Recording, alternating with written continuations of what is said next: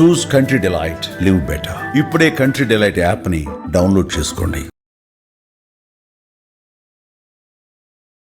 వాగర్థవివ సంపృక్తౌ వాగర్థ ప్రతిపత్తయే జగతః పితరౌ వందే పార్వతీ పరమేశ్వరౌ. ఆదిత్యాయ చ సోమాయ మంగళాయ బుధాయ చ గురుశుక్ర శనిభ్యశ్చ రాహవే కేతవే నమః. శృంగేరి జగద్గురు పీఠాధిపతులకి, కంచి పీఠాధిపతులకి నమస్కారములు తెలియజేసుకుంటూ కార్యక్రమాన్ని ప్రారంభిద్దాం. ద్వాదశ రాశులకు సంబంధించి 1 జూలై నుంచి 15 జూలై వరకు వివిధ రాశుల్లో జన్మించినటువంటి వారికి ఏ విధంగా ఉండబోతుందో తెలుసుకునే ముందు గ్రహ సంచారం గురించి తెలుసుకుందాం. వృషభ రాశిలో శుక్రుడు, అలాగే మిథునంలో రవి గురువు, కర్కాటకంలో బుధుడు, సింహంలో కుజ కేతువు, అలాగే కుంభంలో రాహువు, శని మీనంలో 13 జూలై నుంచి శని వక్రీకరించే స్థితి పొంది ఉంటాడు. అయితే ప్రధానంగా గమనించుకున్నట్లయితే చాలామంది ప్రేక్షకుల్లో ఉన్నటువంటి చాలా సందేహాలు, కొన్ని చెప్పినటువంటి విషయాల్లో కొన్ని మాకు ఫలితాలు సరిపోవట్లేవు అని అంటున్నారు. అంటే దీని అర్థము చాలామంది చూసుకునేటువంటిది సన్ జొడాయిక్ సైన్ ద్వారా చూసుకుంటున్నారు. అంటే ఈ ఉదాహరణకు చెప్తున్నాను, 23 జూలై నుంచి 22 ఆగస్టు మధ్యలో పుట్టినటువంటి వాళ్ళకి లియో సైన్ అని చెప్తారు. కాబట్టి సింహరాశి గురించి చెప్పేటప్పుడు 23 జూలై నుంచి 22 ఆగస్టు మధ్యలో పుట్టిన వాళ్ళు చూసుకుంటున్నారు. అది తప్పు. మీరు జన్మించినటువంటి జన్మ తేదీని అనుసరించి ఒక నక్షత్రము, ఆ నక్షత్రాన్ని అనుసరించి రాశి ఉంటుంది, ఆ రాశి ప్రకారమే మీరు చూసుకోవాలి. ఇది సరైనటువంటి విధానము. కొంతమంది నామ నక్షత్రం చూసుకుంటున్నారు. ఉదాహరణకి శ్రీనివాస్ అని చెప్పి అనుకున్నాం అనుకోండి, చాలామంది సి అనే అక్షరం ఈ శతభిష నక్షత్రంలో ఉంటుంది కాబట్టి కుంభరాశికి చూసుకుంటున్నారు, తులారాశికి చూసుకోవాలి. కృష్ణవేణి అన్నప్పుడు మిథున రాశి చూసుకుంటున్నారు, అది కూడా తులారాశి, అలా చూసుకోవాలి. కాబట్టి మనం అనేక విధాలుగా ఈ శాస్త్ర ప్రకారము మనకు ముందుకు వెళ్ళినట్లయితే తప్పకుండా ఆ ఫలితాలు అనేటువంటివి మనకు సరిపోతాయని చెప్పవచ్చు. ఇక ఆలస్యం చేయకుండా వివిధ రాశుల వారికి ఈ 1 జూలై నుంచి 15 జూలై వరకు ఏ విధంగా ఉండబోతుంది, ఆదాయ వ్యయాలు, ఖర్చులు, అలాగే పరిస్థితుల అనుకూలత, ఇవన్నీ కూడా క్లుప్తంగా మనం తెలియజేసుకునే ప్రయత్నం చేద్దాం. ద్వాదశ రాశులలో భాగంగా చివరిదైనటువంటి మీన రాశిలో జన్మించినటువంటి వారికి జూలై 1వ తారీఖు నుంచి 15వ తారీఖు వరకు ఏ విధంగా ఉండబోతుందో తెలుసుకునే ప్రయత్నం చేద్దాం. ఈ యొక్క మీనరాశిలో జన్మించినటువంటి వారికి శుక్రుడు అనుకూలంగా ఉన్నటువంటి కారణం నూతన వ్యక్తులు పరిచయం అవుతారు. సోదరీమణులు, సోదరుల యొక్క సహాయ సహకారాలతో మీ పనులన్నీ కూడాను పూర్తి చేసుకుంటారని చెప్పవచ్చు. ఆనందదాయకమైనటువంటి పరిస్థితి. ఇతరులతో వచ్చినటువంటి వాగ్వివాదాలని, మనస్పర్ధల్ని చర్చలతో సమసిపోయేటట్టుగా చేసుకుంటారు. ఆనందకరంగా జీవిస్తారు.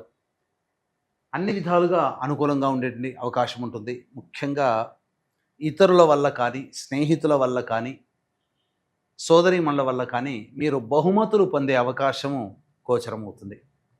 ఇక అర్ధాష్టమ రవి ప్రభావము అనుకూలంగా లేని కారణం చేత ఉద్యోగ భద్రతలో కొంత ఇబ్బందికర పరిస్థితులు ఉంటాయి.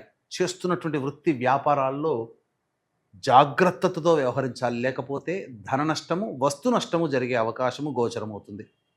ఇక గురువు కూడా అనుకూలంగా లేని కారణం చేత కొన్ని ఇబ్బందికర పరిస్థితులు ఎదురవ్వక తప్పదు. ప్రతి పనులలో ఆటంకాలు అనేటువంటివి సర్వసాధారణంగా ఉంటాయి. అలాగే వస్తు నష్టం కూడా జరిగే అవకాశం గురుగ్రహ సంచారం వల్ల కలుగుతుంది.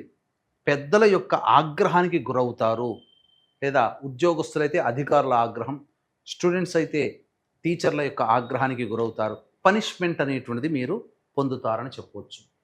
ఇక బుధుడు కూడా అనుకూలంగా లేని కారణం చేత అనాలోచిత నిర్ణయాలు తీసుకొని తప్పుడు నిర్ణయాల వల్ల మీరు నష్టపోవాల్సి వస్తుంది. అంటే స్టాక్ ఎక్స్చేంజ్ రూపంలో పెట్టుబడులు పెట్టకపోవడం చాలా మంచిది. నష్టాలు జరిగే అవకాశం ఉంటుంది. డబ్బులు అప్పుగా ఇవ్వడం మంచిది కాదు, వాగ్దానాలు ఇవ్వడం కూడా మంచిది కాదు. ఏది ఏమైనప్పటికీ బుధగ్రహ సంచారం అనుకూలంగా లేని కారణం చేత ముఖ్యంగా కొన్ని సమస్యలు ఎదురవుతాయి. ముఖ్యంగా శిరోబాధలు ఎక్కువగా ఉంటాయి అని చెప్పవచ్చు. ఇక కుజుడు కేతు యొక్క సంచారము సంపూర్ణంగా యోగిస్తున్నటువంటి కారణం చేత దూర ప్రాంత ప్రయాణాలు చేయాలనేటువంటి కోరిక మీరు తీర్చుకుంటారు. అలాగే కోర్టు సంబంధమైనటువంటి విషయాల్లో విజయాన్ని పొందుతారు. ఆస్తి సంబంధించినటువంటి విషయాల్లో మీదే పైచేయిగా ఉంటుందని చెప్పవచ్చు. వారసత్వంగా వచ్చేటువంటి వివాదాలకి మీరు చెక్ పెట్టి తద్వారా మీరు లబ్ధి పొందుతారని చెప్పవచ్చు. ఇక రాహు యొక్క సంచారము ప్రధానంగా అనుకూలంగా లేని కారణం చేత కన్ఫ్యూజన్ స్టేటస్, నిర్ణయాలు సరిగ్గా తీసుకోలేకపోవడం అనేటువంటిది జరుగుతుంది. శని కూడాను ఇక సంబంధించినటువంటి ఏలినాడు శని ప్రభావం ఉండడం, ఈ కారణం చేత శని యొక్క ప్రభావం కూడా మీకు గోచరమవుతుంది. కాబట్టి ఏతావాత చెప్పొచ్చేది ఏమిటంటే శుక్రుడు, కుజుడు, కేతువు తప్ప మిగతా గ్రహాలు ఏవి కూడా అనుకూలంగా లేవు. కావున సాధారణమైనటువంటి మిశ్రమ ఫలితాలు పొందుతారు. ఈ రాశిలో జన్మించినటువంటి స్త్రీ పురుషులకి వివాహాది శుభకార్యాల్లో కొన్ని ఆటంకాలు ఎదురయ్యే అవకాశం ఉన్నది. కాబట్టి మంచి సమయం చూసి ప్రారంభించడం మంచిది. ఇక సంతానపరంగా కొన్ని ఇబ్బందులు ఎదుర్కొనే అవకాశాలు ఉన్నాయి. కాబట్టి సంతాన ప్రయత్నాలు కూడా మానుకొని మంచి సమయం కోసం వేచి చూడండి. ఆల్రెడీ గర్భధారణ జరిగినటువంటి స్త్రీలకి జాగ్రత్తలు పాటించాలి. వైద్యుని యొక్క సలహాలు తప్పకుండా తీసుకోవాలి. అలాగే ఇక విద్యార్థులు బాగా కష్టపడితే తప్ప విద్యలో రాణించలేరు. అనుకున్నది ఒకటి, జరిగేది ఒకటిగా ఉంటుంది. విదేశీయానం, విదేశీ విద్యకు సంబంధించి ప్రయత్నాల్లో ఆటంకాలు ఎదురవుతాయి. కాబట్టి దైవానుగ్రహాన్ని పొందే ప్రయత్నం చేయండి. ఇక ఈ యొక్క మీనరాశిలో జన్మించినటువంటి స్త్రీలకి గౌరవ మర్యాదలకి లోటు ఉండదు. ఎప్పటి వలనే ఇంతకుముందు వలనే కూడా అనుకూలంగా ఉంటారు. అందరూ కూడా సహాయ సహకారాలు అందిస్తారు. కానీ మీ ద్వారా ఎక్కువగా లబ్ధిని ఆశిస్తారు. మీరు పొందేది 10% అయితే మీ నుంచి వెళ్ళేది 90%గా ఉంటుంది. కాబట్టి డబ్బు విషయాల్లో, అలాగే వాగ్దానాలు విషయాల్లో మీరు జాగ్రత్త పాటించండి. శారీరక శ్రమ, మానసిక ఒత్తిడి ఈ రాశిలో జన్మించినటువంటి మహిళలకి అధికంగా ఉంటుంది. కావున జాగ్రత్తలు పాటించాలి. శిరో సంబంధమైనటువంటి ఇబ్బందులు ఎదుర్కొనే అవకాశం ఉంటుంది. ఏ తర్వాత చెప్పొచ్చేది ఏమిటంటే ఈ యొక్క రాశిలో జన్మించినటువంటి వాళ్ళకి మిశ్రమమైనటువంటి ఫలితాలే కలుగుతాయి.